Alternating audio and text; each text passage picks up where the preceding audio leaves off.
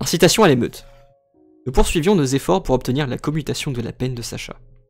Vers la fin du mois de décembre 1892, lors d'une réunion hebdomadaire, je me rendis compte qu'un homme présent dans l'assistance me regardait avec insistance. Grand, large d'épaules et bien bâti, il avait de soyeux cheveux blonds et des yeux bleus. Je remarquai tout particulièrement le mouvement singulier de sa jambe droite qui se balançait régulièrement d'avant en arrière, tandis que sa main triturait constamment des allumettes. Ces gestes répétitifs me donnaient envie de dormir, et je devais sans cesse me secouer pour rester éveillé. Au bout d'un moment, je m'approchai de lui et, tout en plaisantant, je lui retirai les allumettes. « Les enfants ne sont pas autorisés à jouer avec le feu. » Quelle voix je vais lui faire à lui? « Très bien, grand-mère, répondit-il dans le même esprit. Mais je tiens à vous informer que je suis un révolutionnaire. J'aime le feu. Vous non? » Il me sourit, révélant de belles dents blanches. « Oui, moi aussi, mais à l'endroit approprié, répliquai-je. Et non ici, avec tant de monde autour. Ça me rend nerveuse. S'il vous plaît, cessez de remuer votre jambe. » L'homme s'excusa. Une mauvaise habitude qu'il avait acquise en prison, expliqua-t-il. Pensant à Sacha, un sentiment de honte me submergea. Je suppliai l'homme de continuer de ne pas prêter attention à ce que je venais de dire. Peut-être un jour me raconterait-il son expérience de la prison? J'ai un ami cher qui s'y trouve actuellement, dis-je. Il comprit manifestement de qui je parlais. Berkman est un homme courageux. Nous en avons entendu parler en Autriche, et nous l'admirons énormément pour ce qu'il fait. J'appris que mon interlocuteur se nommait Edvard Brady, et qu'il venait d'arriver d'Autriche, où il avait purgé une peine de prison de 10 ans pour la publication d'ouvrages anarchistes interdits. C'était la personne la plus érudite que j'avais jamais rencontrée. Contrairement à Most, ses connaissances ne se limitaient pas aux domaines sociaux et politiques, dont il ne me parlait d'ailleurs que rarement. Il me fit découvrir les grands classiques de la littérature anglaise et française. Il adorait me lire du Goethe et du Shakespeare, ou me traduire des passages d'auteurs français parmi lesquels Jean-Jacques Rousseau et Voltaire étaient ses préférés. Son anglais, bien que prononcé avec un accent allemand, était parfait. Un jour, je lui demandai où il avait fait ses études. « En prison », me répondit-il du tac au tac. Il rectifia en ajoutant qu'il avait d'abord fréquenté le gymnasium, et qu'il s'y était vraiment mis à étudier en prison. Sa sœur lui envoyait régulièrement des dictionnaires anglais et français. Il avait pris l'habitude de mémoriser chaque jour un certain nombre de mots. En cellule d'isolement, il lisait toujours à haute voix. C'était d'ailleurs ce qui lui avait permis de survivre. Beaucoup de prisonniers devenaient fous, surtout ceux qui n'avaient rien pour occuper leur esprit. Mais pour les gens qui avaient des idéaux, la prison était la meilleure des écoles, assurait-il. Eh bien, je devrais aller en prison aussi vite que possible, car je suis terriblement ignorante, relevai-je. Ne sois pas si pressé, nous venons tout juste de nous rencontrer et tu es trop jeune pour la prison, rétorqua-t-il. Berkman n'avait que 21 ans, objectai-je. La voix trembla. Oui, et c'est cela le plus malheureux. J'avais 30 ans lors de mon incarcération et déjà une vie intense derrière moi. Changeant volontairement de sujet, il m'interrogea sur mon enfance et sur mes années d'école. Je lui expliquai que je n'avais fréquenté l'école secondaire que pendant 3 ans et demi à la Realschule de Königsberg. Un régime disciplinaire sévère y régnait. Les professeurs étaient brutaux et je n'y apprenais quasiment rien. Seul mon professeur d'allemand me traitait avec gentillesse. Souffrante, elle mourait à petit feu. Elle se mourait à petit feu de phtisie, mais elle se montrait patiente et tendre. Elle m'invitait souvent chez elle et me donnait des cours supplémentaires. Elle tenait beaucoup à ce que je connaisse ses auteurs favoris. Marlitt, Auerbach, Heise, Lindau et Spielhagen. Comme elle adorait par-dessus tout Marlitt, moi aussi j'en fis de même. Ensemble, nous disions ses romans et les malheureuses héroïnes nous faisaient verser les mêmes larmes. Mon professeur vénérait la famille royale. Frédéric le Grand et la reine Louise étaient ses idoles. La pauvre reine, traitée si cruellement par ce boucher de Napoléon, notre gracieuse et belle souveraine, soupirait-elle avec émotion. Elle me récitait souvent un poème, la prière quotidienne de cette bonne reine.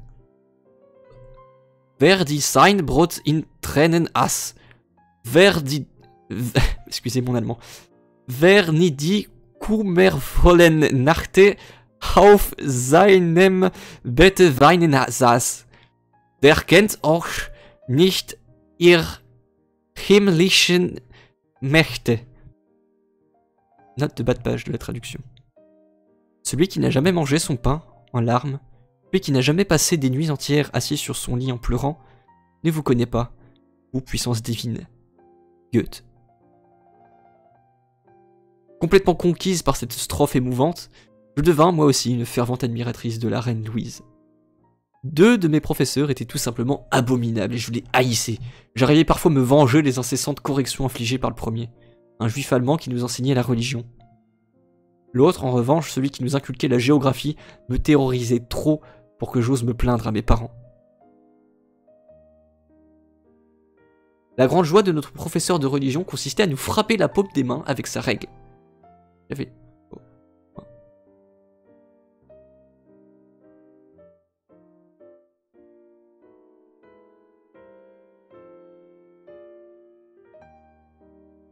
Ça se lance pas là? Ah ouais non d'accord. Donc, trigger warning. J'ai mis trigger warning violence sexiste, mais je voulais préciser et agiste, hop, dire à l'encontre de personnes dont l'assignation d'âge rende vulnérable. J'ai présenté mes excuses pour cette absence de trigger warning préventif.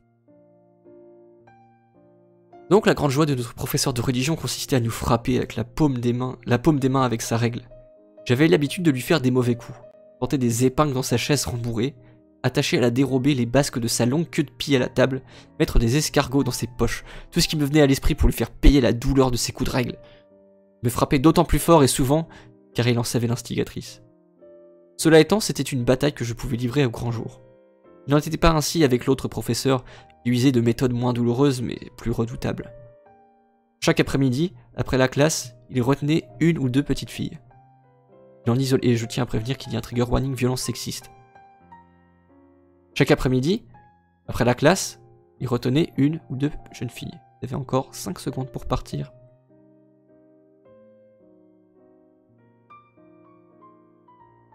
Il en isolait une dans une salle, puis il installait l'autre de force sur ses genoux et lui pelletait les seins ou glissait sa main entre ses cuisses. Il lui promettait de bonnes notes si elle se taisait, mais la menaçait de renvoi immédiatement si elle parlait. Terrorisé, les filles ne soufflaient mot. J'ignorais longtemps ses agissements jusqu'au jour où moi aussi je me retrouvais sur ses genoux. Je hurlais, happais sa barbe et tirais violemment dessus tout en essayant de me dégager.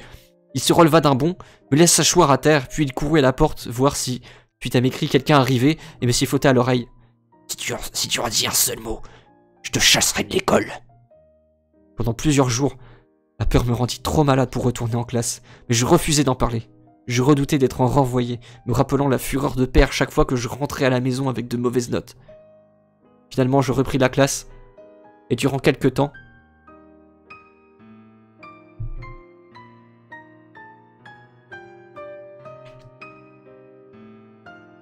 finalement je rentrais en classe, et durant quelques temps, les leçons de géographie se passèrent sans incident. Un jour, alors que ma mauvaise vue m'obligeait à rester à proximité de la carte, le professeur me chuchota. « Tu resteras là après la classe. »« Pas question !» répliquai-je à voix basse. L'instant d'après, je ressentis une douleur cuisante dans mon bras. Il avait planté ses ongles dans ma chair. Mes cris mirent fin au cours d'autres enseignants et d'autres enseignants accourirent dans la salle. J'entendis mon professeur leur raconter que je n'étais qu'une idiote, que je ne savais jamais mes leçons et que c'était pour cette raison qu'il avait dû me punir. Je fus renvoyé chez moi. Le soir, mon bras commença à me faire très mal, constatant qu'il était tout enflé, mais renvoya chercher le médecin. Lui-ci m'interrogea et sa gentillesse m'encouragea à lui raconter toute l'histoire. « C'est terrible !» s'exclama-t-il. « Cet homme relève de la maison de fous !» Lorsque je retournai à l'école une semaine plus tard, notre professeur de géographie n'y était plus. Il était parti en voyage, nous expliqua-t-on. Le moment vint pour moi de rejoindre Père à Saint-Pétersbourg. Je ne supportais pas de partir. Je ne voulais pas me séparer de mon professeur malade qui m'avait appris à aimer tout ce qui était germanique. Elle avait non seulement convaincu un de ses amis de me donner des leçons de français et de musique, mais elle avait promis de m'aider pendant mes études au gymnasium. Elle souhaitait me voir poursuivre mes études en Allemagne. Je rêvais d'étudier la médecine pour avoir un rôle utile dans la société. Après force supplications et des flots de larmes, mère me donna son accord pour rester avec grand-mère à Königsberg à condition que je réussisse l'examen d'entrée au gymnasium. Après avoir travaillé nuit et jour, je fus reçu. Néanmoins, pour m'inscrire, j'avais besoin d'obtenir un certificat de bonne moralité de mon professeur de religion. L'idée de demander quoi que ce soit à cet homme me répugnait, mais sachant que tout mon avenir en dépendait, j'allais le trouver. Devant toute la classe, il annonça qu'il n'attesterait jamais de ma bonne moralité, entre guillemets, car j'en étais dépourvu.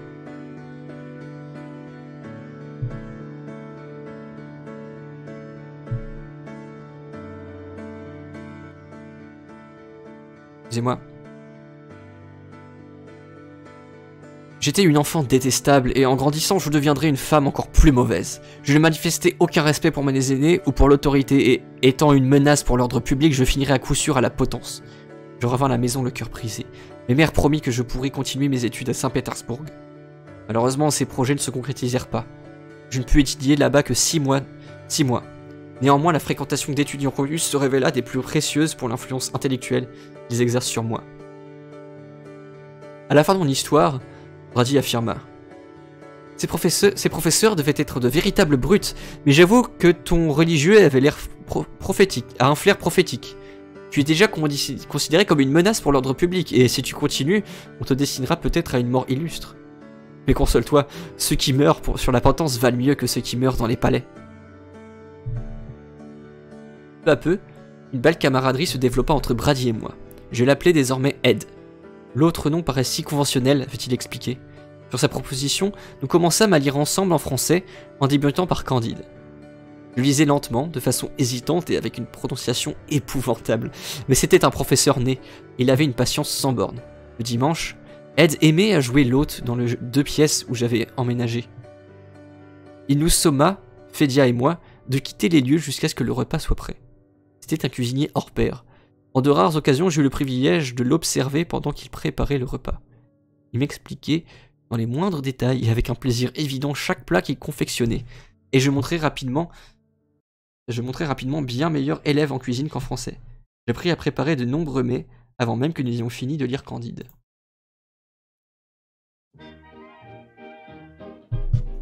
Le samedi, si je n'avais pas de conférence à donner, nous nous rendions dans le bar de Justus Schwab, le lieu de rassemblement des radicaux le plus en vue de New York.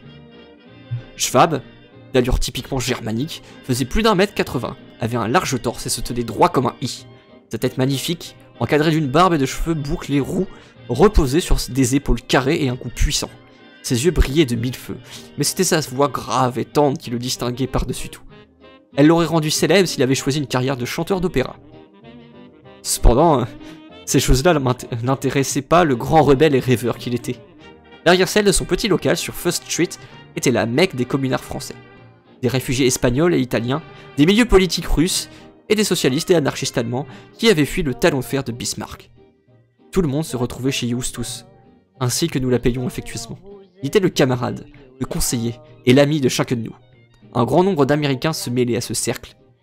Des écrivains et des artistes tels que John Winston, Ambrose Bierce, James Huneker ou Sadakishi Hartman adoraient écouter la voix d'or de Justus, boire sa bière et son vin délicieux et débattre de problèmes du monde jusque tard dans la nuit. Avec Ed, je devins une habituée des lieux. Il commentait longuement les subtilités de tels mots anglais, français ou allemands devant un groupe de philologues.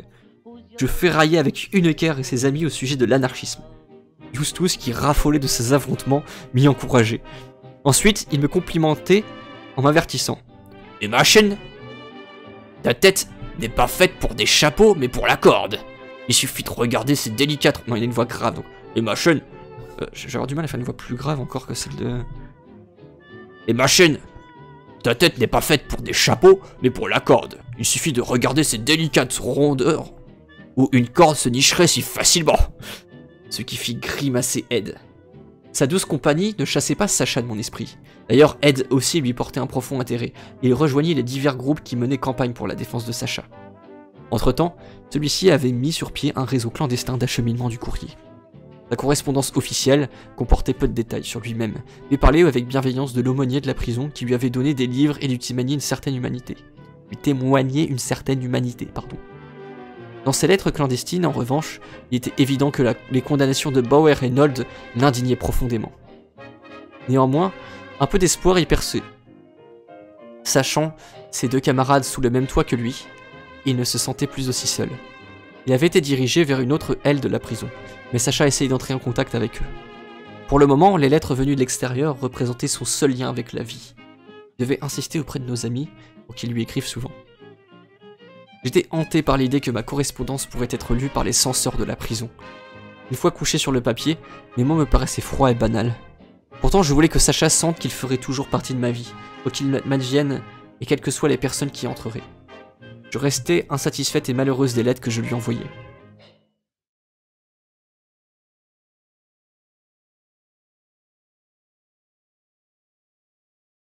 Mais la vie continuait. Pour survivre, j'étais obligé de travailler 10 et parfois 12 heures par jour sur ma machine à coudre. Entre des réunions presque tous les soirs et le besoin de poursuivre mon éducation trop longtemps négligée, j'étais tout le temps sur la brèche. Je ne sais comment, mais Ed, plus que quiconque auparavant, me faisait ressentir ce besoin. Notre amitié fit place peu à peu à l'amour. Je ne pouvais plus me passer de lui. Je savais depuis longtemps que lui aussi était attaché à moi, faisant preuve d'une réserve peu commune. Il ne m'avait jamais avoué son amour, mais ses yeux et son attitude parlaient pour lui. Il y avait déjà eu des femmes dans sa vie. Une d'entre elles lui avait donné une fille qui vivait avec ses grands-parents maternels. Il disait souvent qu'il se sentait reconnaissant envers ces femmes. Elle lui avait enseigné les mystères et les subtilités du sexe. Je n'arrivais pas à suivre Ed quand il parlait de ces sujets-là, et j'étais trop timide pour lui demander de m'expliquer.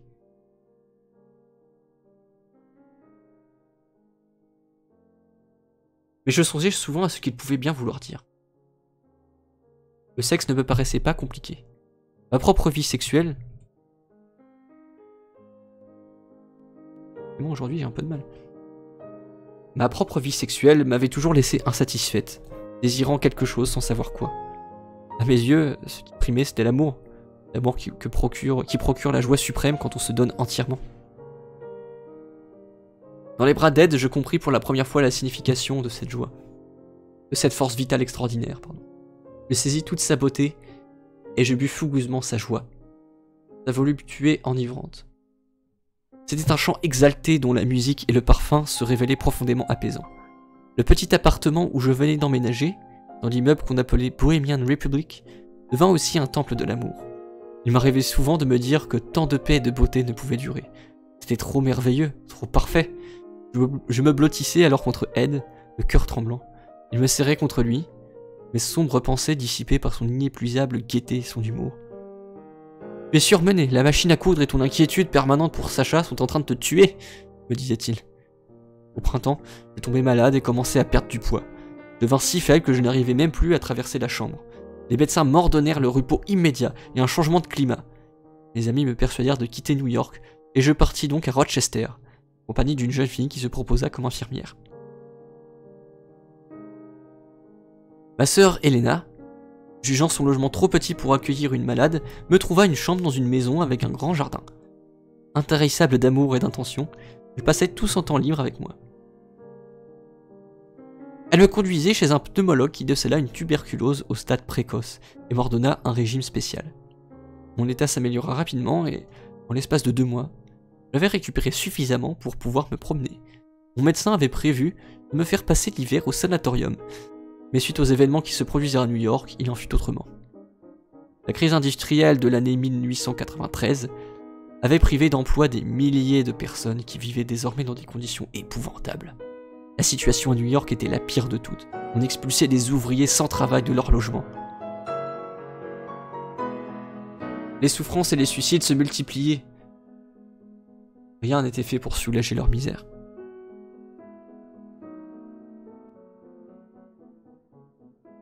Je ne pouvais plus rester à Rochester. Ma raison de me conseiller de ne pas commettre l'imprudence de rentrer en cours de traitement. Même si j'avais repris des forces et du poids, que là tout s'était atténué et que les hémorragies avaient cessé, je savais que je n'étais point guéri. Quelque chose cependant qui dépassait la raison me poussait à rentrer à New York. Il était vrai qu'Ed me manquait terriblement, mais ce qui m'appelait encore plus irrésistiblement, c'était la voix des chômeurs, des travailleurs de l'East Side. Ceux-là même qui m'avaient offert mon baptême de lutte sociale. J'avais été à leur côté lors des précédents conflits. Il est impensable de ne pas les rejoindre. N'ayant le courage d'affronter ni mon médecin ni Helena, je laissais des messages à leur intention. J'avais envoyé un télégramme à Ed pour le prévenir. Il m'accueillit avec joie, mais son humeur changea quand il apprit que j'étais revenu pour me consacrer aux chômeurs. Il estima que c'était insensé, que j'allais perdre tout le bénéfice de cette période de repos et que je risquais même de mourir. Il ne le permettrait pas, car dorénavant j'étais à lui, j'étais sienne. Il allait m'aimer, me protéger et veiller sur moi. Et le bonheur absolu de savoir que quelqu'un m'aimait à ce point. En même temps, je vivais comme un handicap sa manière de vouloir tenir et protéger. Me considérait-il comme sa propriété, comme une personne dépendante ou invalide, une bonne devait prendre en charge? J'avais pensé qu'il croyait en la liberté et mon droit d'agir comme je l'entendais. Je m'assura que c'était son inquiétude pour moi et sa crainte pour sa santé qui avaient dicté ces paroles. Ouais, si j'étais absolument décidé à recommencer la lutte, il m'aiderait. Il n'avait aucun don d'orateur, mais il pouvait se rendre utile par ailleurs. Je consacrais tout mon temps aux réunions de commission, aux meetings, à la collecte de denrées alimentaires, à la coordination de distribution des repas aux sans-abri, et à leurs nombreux enfants, et pour finir, à l'organisation d'un rassemblement de masse à Union Square.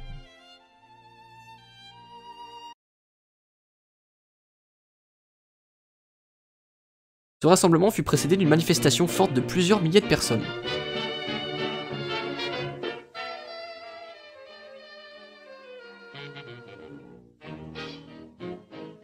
Au premier rang défilèrent les jeunes filles et les femmes. Je portais en tête un drapeau rouge. On voyait de très loin sa couleur écarlate qui flottait fièrement dans le vent.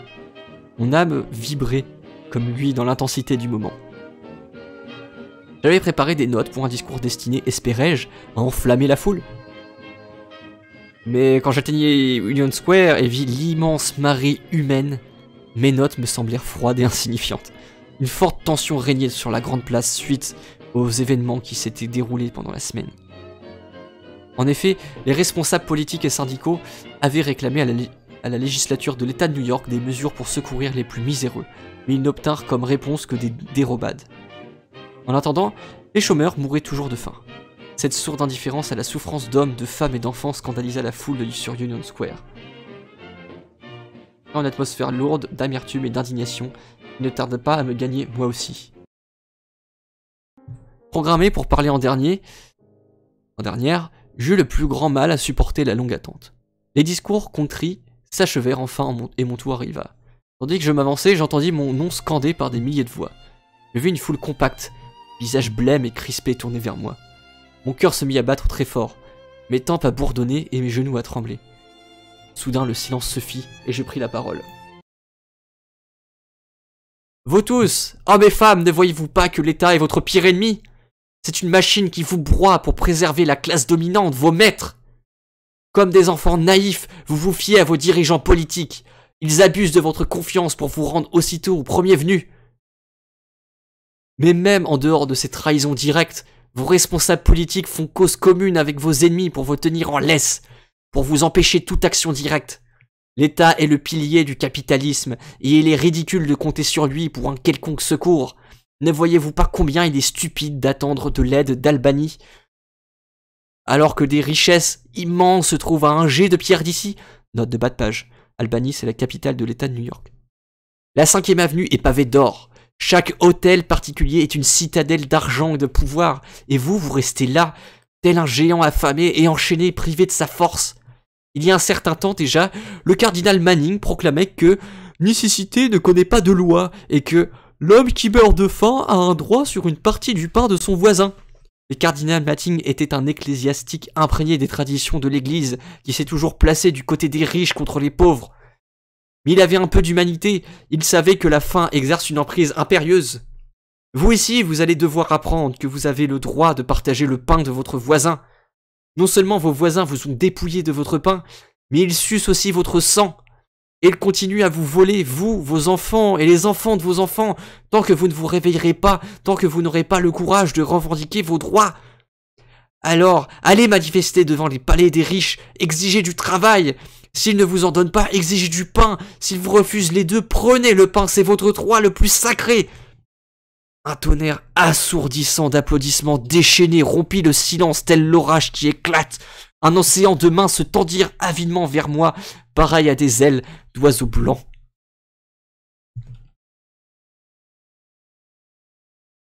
Le lendemain matin, je partis à Philadelphie pour obtenir des soutiens et participer à l'organisation des chômeurs. Les comptes rendus dans les journaux de l'après-midi rapportaient une version déformée de mon discours. J'aurais incité la foule à la révolution. Emma Larouche possède un grand pouvoir de séduction. La populace ignorante n'attendait que sa langue au vitriol pour mettre New York à feu et à sang. Fin de citation. Ils affirmèrent aussi que je m'étais volatilisé avec l'aide d'une poignée de gros bras amis, mais que la police était à mes trousses. Dans la soirée, j'assistais à une réunion où je fis la connaissance de nombreux anarchistes, dont Natasha Notkin. Était l'élément moteur, Archétype de la femme révolutionnaire russe, elle avait d'autres centres d'intérêt dans la vie que le mouvement. Un rassemblement de masse fut décidé pour le lundi 21 août. Ce matin-là, Les journaux diffusèrent l'information selon laquelle on m'avait repéré et que des policiers étaient en route pour Philadelphie avec un mandat d'arrêt. Le plus important me semblait de parvenir à pénétrer dans la salle de conférence et à prendre la parole avant qu'ils ne m'arrêtent. J'étais inconnu des autorités de Philadelphie, où je venais pour la première fois. Quant aux policiers de New York, ils pouvaient difficilement m'identifier d'après les photos parues jusque-là dans la presse. Je décidai donc de me rendre seul au meeting, de me glisser dans la salle sans me faire remarquer. Une foule de gens bloquait les rues avoisinantes. Je grimpais les escaliers conduisant à la salle sans que personne me reconnaisse. C'est alors qu'un des anarchistes me salua. « Voici Emma !» À l'instant même où je l'éloignais d'un geste, une main épaisse s'abattit pesamment sur mon épaule et une voix m'informa. « Vous êtes en état d'arrestation, mademoiselle Goldman !» Dans le brouhaha qui s'ensuivit, des personnes coururent dans ma direction et des policiers dégainèrent leurs pistolets et comptèrent la foule. Mon poignant par le bras, un des policiers m'entraîna par les escaliers jusque dans la rue. Pour m'emmener au commissariat, on me donna le choix entre monter dans le fourgon cellulaire ou aller à pied. Je préférais marcher. Les policiers s'apprêtèrent à me passer les menottes, mais je leur assurai que qu'elle n'était pas nécessaire car je n'avais pas l'intention de m'enfuir. Sur le trajet, un homme se fraya un passage à travers la foule et s'approcha en courant. Il me tendit un portefeuille au cas où j'aurais besoin d'argent. Les agents sautèrent promptement sur lui et l'arrêtèrent. Je fus conduite au siège de la police, situé dans la tour de l'hôtel de ville et placé en cellule pour la nuit. Le lendemain matin, on me demanda si j'acceptais de repartir à New York avec des policiers. Pas de mon propre chef, déclarai-je. Très bien, nous allons vous garder ici en attendant la fin de la procédure d'extradition. On m'amena pour me peser, me mesurer et me photographier. Je luttais désespérément pour ne pas me faire prendre en photo, mais on me bolasa la tête. Comme je fermais les yeux, la photographie devait évoquer une belle au bois dormant, ressemblant à une criminelle en fuite. À New York, mes amis s'alarmèrent. Ils m'inondèrent de télégrammes et de lettres. Bien qu'Ed m'écrivit avec circonspection, son amour transparaissait entre les lignes. Il proposait de venir à Philadelphie, d'apporter de l'argent et d'engager un avocat. Je lui ai télégraphié d'attendre la suite des événements. De nombreux camarades vinrent me rendre visite en prison et m'apprirent que le meeting avait pu se poursuivre après mon arrestation. Voltairine de Clare, qui m'avait remplacé, s'était élevé vigoureusement contre la négation de mon droit à la liberté d'expression. J'avais entendu parler de cette jeune et brillante américaine. Je savais notamment qu'elle avait été influencée, tout comme moi, par les assassinats judiciaires de Chicago et que depuis elle s'était engagée activement dans le mouvement anarchiste. J'avais souhaité la rencontrer depuis longtemps et lui avais donc rendu visite dès mon arrivée à Philadelphie. Malheureusement, je l'avais trouvée alitée et souffrante. C'est ainsi, après chacune de ses interventions publiques et la veille au soir, elle avait justement donné une conférence. Je trouvais par conséquent formidable qu'elle se soit levée de son lit de malade pour se rendre au meeting et parler à ma place. J'étais fier de sa camaraderie. Le surlendemain matin, après mon arrestation, on me transféra à la prison de Moyamensing, dans l'attente de mon extradition. Je fus enfermé dans une cellule relativement grande. La porte en tôle massive comportait au milieu un petit judas carré qui s'ouvrait de l'extérieur, et la fenêtre située en hauteur était munie de barreaux solides. À l'intérieur de la cellule se trouvaient des toilettes, une arrivée d'eau courante, une tasse en fer blanc, une table en bois, un banc et une couchette en fer. Une petite ampoule électrique pendait au plafond. De temps en temps, le judas s'ouvrait. Faire Dieu scruter l'intérieur, ou bien devoir réclamer la tasse qui me revenait remplie d'eau tiède ou de soupe, accompagnée d'une tranche de pain. À part ces quelques interruptions, le silence l'emportait. Au bout du second jour, le calme absolu devient oppressant. Et les heures se traînèrent, interminables. J'en avais assez de faire les 100 pas entre la fenêtre et la porte, et l'effort de capter le moindre son humain m'épuisait nerveusement. J'appelai la surveillante. Aucune réponse. Je frappai violemment ma tasse en fer blanc contre la porte. Enfin une réaction. On ouvrit la porte et une femme imposante, au visage dur, entra dans la cellule. Elle me prévint. Faire tant de bruit était contraire au règlement. En cas de récidive, elle allait devoir me punir. Qu'est-ce que je voulais? Je lui répliquai que je voulais mon courrier. J'étais sûr d'en avoir reçu de mes amis et que je voulais aussi des livres. Elle me répondit qu'elle m'apporterait un livre. et qu'il n'y avait pas de lettre. Je savais qu'elle mentait, j'étais certaine qu'au moins Ed m'avait écrit. Elle sortit en verrouillant la porte derrière elle. Puis après, elle réapparut portant un livre à la main. Une Bible. À sa vue me revint en mémoire le visage cruel de mon professeur de religion.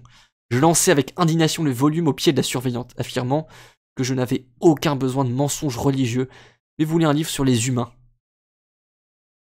Au moment, elle resta abasourdie. Puis elle se déchaîna contre moi. J'avais souillé la parole de Dieu. Je serais jeté au cachot et je finirais par brûler en enfer. Je m'emportai à mon tour, lui rétorquant qu'elle n'oserait pas me punir car j'étais une détenue de l'État de New York et n'avais pas encore été jugée. Je bénéficiais donc encore de certains droits civiques. Elle sortit précipitamment en claquant la porte. Durant la soirée, je fus prise d'une violente migraine à cause de la lumière électrique qui me brûlait les yeux. De nouveau, je cognais sur la porte, fréquemment de voir un docteur. Une femme se présenta alors, le médecin de la prison. Elle me donna des médicaments, et je lui réclamai quelque chose à lire, ou au moins de la couture. Le jour suivant, on m'apporta des serviettes à ourler. Pendant des heures, je cousais énergiquement, mes pensées s'envolant vers Sacha et Ed. Je percevais avec une terrible précision à quoi pouvait ressembler la vie carcérale du premier. 22 ans! Une seule année suffirait pour me rendre complètement folle. Un jour, la surveillante entra et m'annonça que l'extradition ayant été décidée, j'allais être ramené à New York. Je la suivis au bureau où on me remit un gros paquet de lettres, télégrammes et de journaux tout en m'informant que plusieurs boîtes de fruits et de fleurs étaient arrivées pour moi mais que le règlement les interdisait aux prisonniers. Ensuite, un homme d'un certain embonpoint me prit en charge. Un fiacre attendait dehors pour nous conduire à la gare. Nous voyageâmes dans une voiture Pullman. L'homme se présenta, inspecteur principal X, et s'excusa en précisant qu'il ne fallait pas que il ne faisait que son devoir et qu'il avait 6 enfants à nourrir. Je lui demandai pourquoi il n'avait pas choisi une profession plus honorable et pourquoi il se sentait obligé de donner au monde d'autres espions. Si ce n'était pas lui qui le faisait, expliqua-t-il, quelqu'un d'autre s'en chargerait. La police était nécessaire, elle protégeait la société. Est-ce que j'avais envie de dîner? Il nous ferait servir dans notre compartiment pour m'éviter de déplacement au wagon-restaurant. J'acceptai sa proposition. Je n'avais pas mangé un vrai repas depuis une semaine, sans parler du fait que ce voyage de luxe non sollicité se faisait aux frais de la ville de New York. Durant le dîner, l'inspecteur évoqua ma jeunesse et la vie qui se présentait à une jeune fille aussi brillante ayant tant d'aptitudes. Fin de citation. Il ajouta que je gagnerais jamais rien avec le travail que je faisais, même pas un salaire.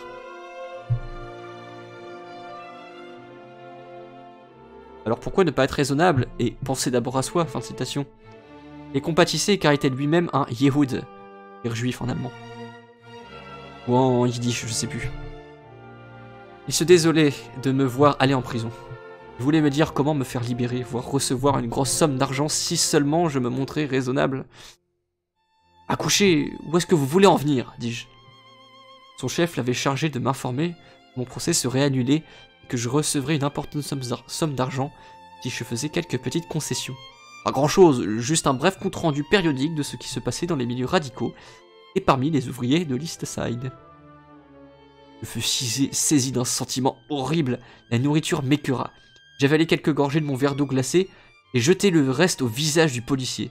« Tu n'es qu'un chien misérable !» m'écriai-je. « Non seulement tu agis comme un Judas, mais tu essaies de me transformer en Judas moi-même. Toi et ton chef pourri. J'écoperai de la prison à perpétuité, mais jamais personne ne m'achètera. »« D'accord, d'accord, dit-il d'un ton apaisant. C'est comme vous voudrez. » Arrivé à Pennsylvania Station, on me conduisit au commissariat de Mulberry Street, où je fus incarcéré pour la nuit. La cellule était exiguë, sentait mauvais et disposait seulement d'une planche en bois pour s'asseoir et s'allonger. J'entendais le bruit métallique des portes des cellules qui s'ouvraient et se refermaient, ainsi que des hurlements et des crises de larmes. Mais j'étais malgré tout soulagé de ne plus voir le visage bouffi de ce policier détestable, ne plus avoir à respirer le même air que lui. Le lendemain matin, je fus présenté à l'inspecteur-chef. Son collègue lui avait tout raconté, il était furieux.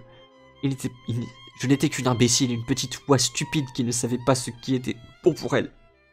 Elle allait me faire enfermer pour des années, là où je ne pourrais pas nuire davantage. Je le laissai tempêté. Mais je lui dis avant de partir que le pays tout entier devrait savoir à quel point le chef de la police de New York était corrompu. Il souleva une chaise comme s'il voulait me frapper et puis, changeant d'idée, il appela un policier pour me ramener au commissariat. Quelle heureuse surprise de trouver Ed, Justus Schwab et le docteur Julius Hoffman qui m'attendaient. Dans l'après-midi, on m'amena devant le juge qui m'inculpa d'incitation à l'émeute pour 3 chefs d'accusation et qui fixa le jugement au 28 septembre. Le docteur Julius Hoffman paya la caution de $5000. Note de bas de page. Le jugement eut lieu le 16 octobre 1893. Le montant de la caution fut de $1000. Une erreur, soit une exagération pour romancer, soit, ça c'est moi qui le dis, soit une mauvaise mémoire. Mes amis m'accompagnèrent en triomphe jusqu'au repère de Justus. Parmi toute la correspondance accumulée, je trouvai une lettre que Sacha m'avait fait parvenir par voie clandestine. Il avait appris mon arrestation et commenté. « Maintenant, tu es vraiment mon petit matelot !» Il avait enfin réussi à entrer en contact avec Nold et Bauer, avec qui il préparait un journal de prison clandestin. Ils avaient déjà trouvé le nom.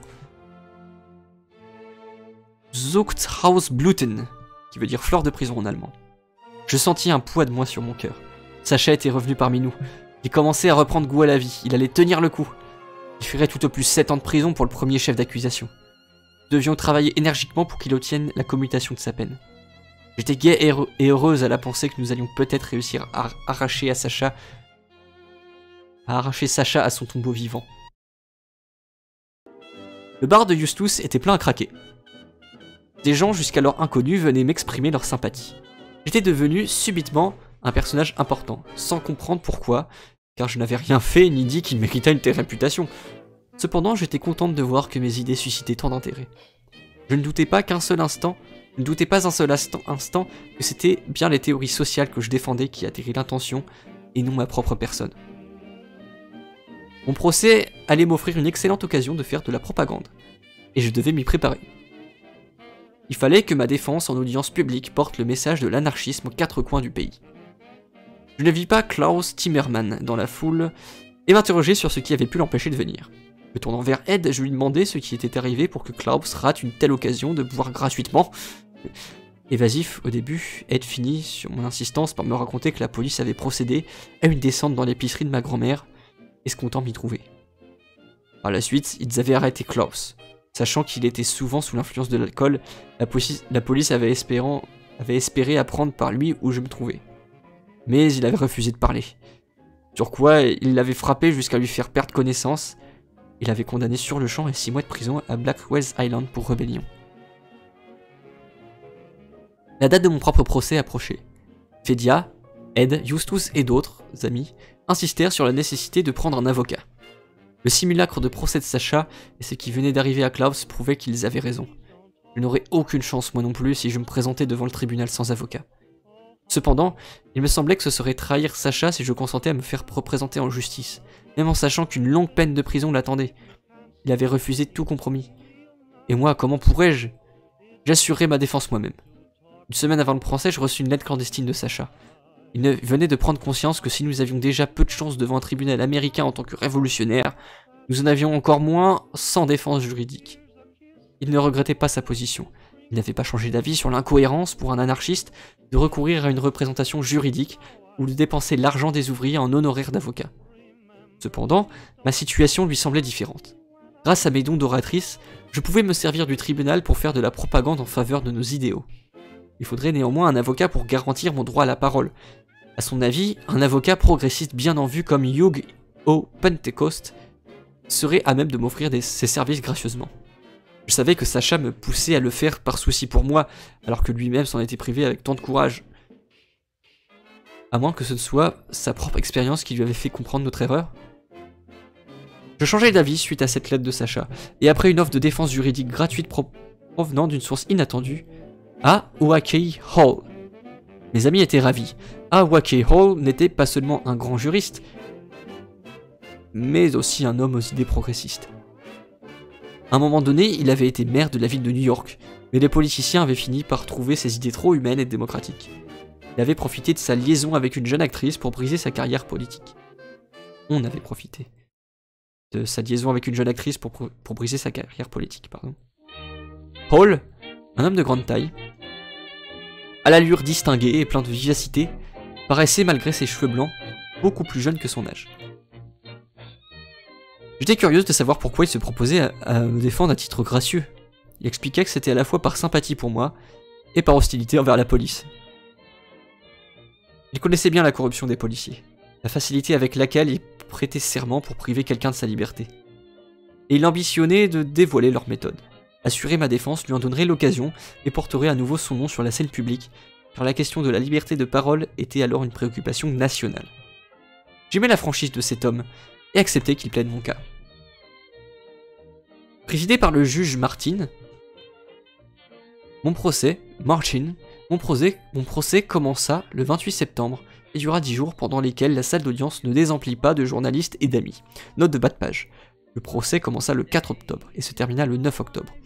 Une erreur sans doute due à la mémoire. L'avocat général présenta 3 actes d'accusation contre moi. Mais Wackley contraria son plan. Il fit remarquer qu'un jugement pour un seul et même délit, qui se fondait sur 3 chefs d'accusation distincts, ne pouvait être équitable. Le juge accepta son objection et rejeta 2 des 3 chefs d'accusation. Je fus donc jugé sur un seul motif d'inculpation, incitation à l'émeute. Le premier jour du procès, j'allais déjeuner à midi avec Ed Eustace et le poète anarchiste John Erin Mackay. Or, à la suspension d'audience, nous fûmes appréhendés alors que mon avocat s'apprêtait à me raccompagner chez moi. On nous apprit que pour le reste du procès, je serais placé en détention provisoire et incarcéré à la maison d'arrêt des Tombs. Mon avocat protesta qu'une telle procédure n'était admissible qu'en cas de procès pour meurtre, et j'étais en liberté sous caution. En vain. Je devais rester en détention. Mes amis me firent une ovation, poussèrent des vivas et entonnèrent des chants révolutionnaires, la voix de Eustace couvrant tous les autres. Je les appelais à garder notre drapeau hissé au vent et à boire en leur nom et le mien, au jour où les tribunaux et les prisons auraient disparu.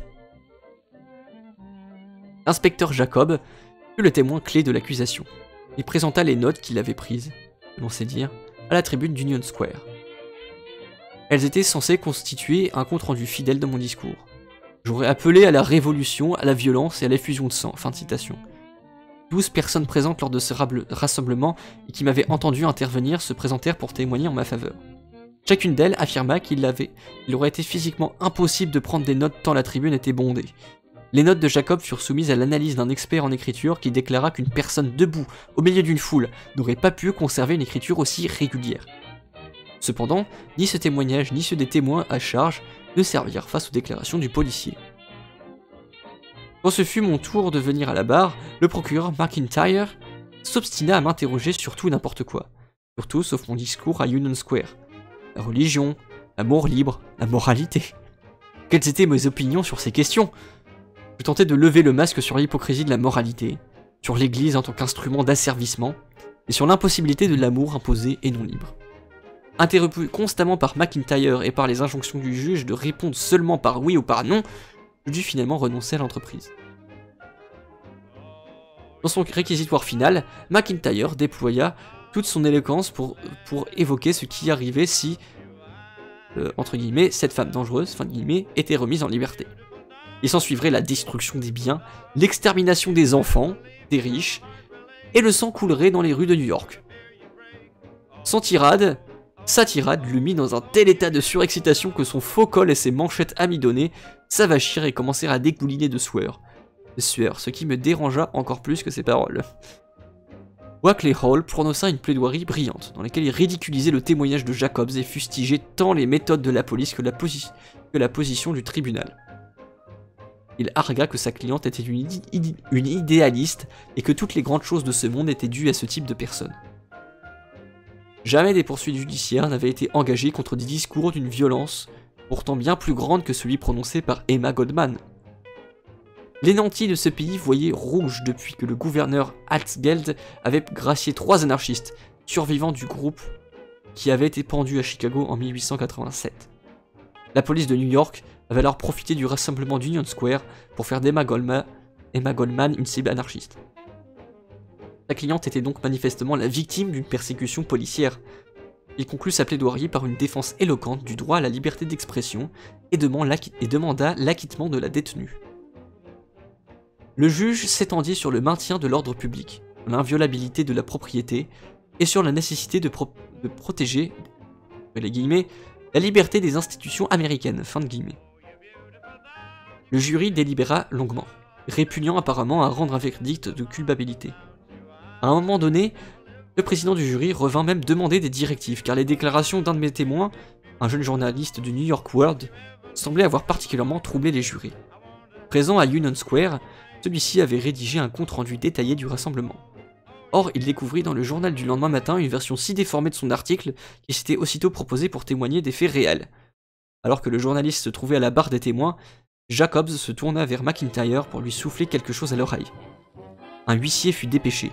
Il revint peu après avec un exemplaire du numéro de New York World, publié le lendemain du rassemblement. Le journaliste ne pouvait en caca accuser en plein tribunal un rédacteur en chef d'avoir falsifié son compte-rendu. Il en resta gêné, déconcerté et visiblement très malheureux. Ainsi ce fut son article. Et moi. Ainsi ce fut son article tel qu'il parut dans le New York World et non son témoignage à la barre décida de mon sort. Je fus déclaré coupable. Mon avocat voulait absolument faire appel auprès d'une juridiction supérieure, mais je m'y refusai. La mascarade de mon procès avait renforcé mon opposition à l'État, et il n'était pas question que je sollicite de lui la moindre faveur. Ordre fut donné de me renvoyer au Tombs jusqu'au 18 octobre, date fixée pour le verdict. Après mon renvoi en prison, on m'autorisa à passer un petit moment avec mes amis. Je leur répétais ce que j'avais déjà dit à Wackley Hall, ne consentirais pas à faire appel. Ils convinrent que le seul bénéfice serait de disposer d'un répit pendant que l'affaire était en instance. Un moment de faiblesse me submergea à la pensée d'Ed, de notre amour si neuf et de tous ses bonheurs possibles. Grande fut la tentation, mais je devais suivre le même chemin que beaucoup avaient emprunté avant moi. Je serais condamné à 1 an ou 2 de prison. Qu'était-ce comparé au sort de Sacha? J'irai jusqu'au bout. Durant la période qui précéda le verdict, les journaux publièrent des récits dramatiques d'anarchistes prévoyant de prendre la salle d'audience d'assaut, entre guillemets, et de préparatifs visant à délivrer Emma Goldman par la force, entre guillemets. La police se tenait prête à faire face à la situation, entre guillemets. Les milieux radicaux étaient sous surveillance et le palais de justice bien protégé. Personne, excepté la prisonnière, son avocat et les correspondants de presse, ne serait autorisé à rentrer dans le palais de justice le jour du verdict. Mon avocat fit savoir à mes amis sa décision de ne pas être présent au tribunal, ce jour-là, du fait de mon refus obstiné de faire appel à une juridiction supérieure, entre guillemets. Hugh O'Pentecost serait néanmoins sur place, non pas en tant qu'avocat, mais comme ami, pour protéger mes droits légaux et pour exiger que je bénéficie de la possibilité de prendre la parole. Ed m'avisa d'une proposition du New York World de publier la déclaration que j'avais préparée pour la cour.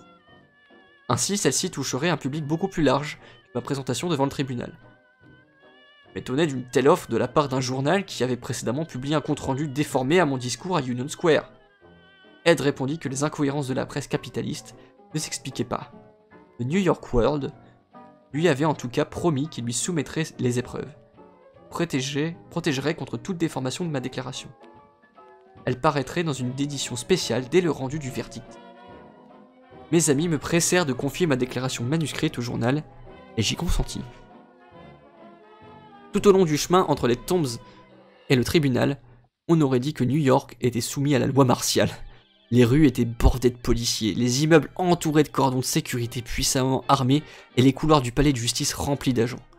On m'appela à la barre pour me demander si j'avais quelque chose à ajouter pour ma défense. Il y a beaucoup de choses à dire, m'en donnerait-on l'opportunité? Non, c'était impossible. J'aurais droit qu'à une très courte intervention. Alors répondis, je me bornerai à dire que je n'attendais aucune justice d'un tribunal capitaliste. La cour pourrait me donner la peine maximale, elle n'arriverait jamais à modifier mes idées. Le juge Martin me condamna à 1 an d'emprisonnement à Blackwell's Island. En route vers les Tombs, j'entendis les crieurs de journaux. « Édition spéciale! Édition spéciale! Le discours d'Emma Goldman devant la cour !» J'étais contente que le New York World ait tenu sa promesse.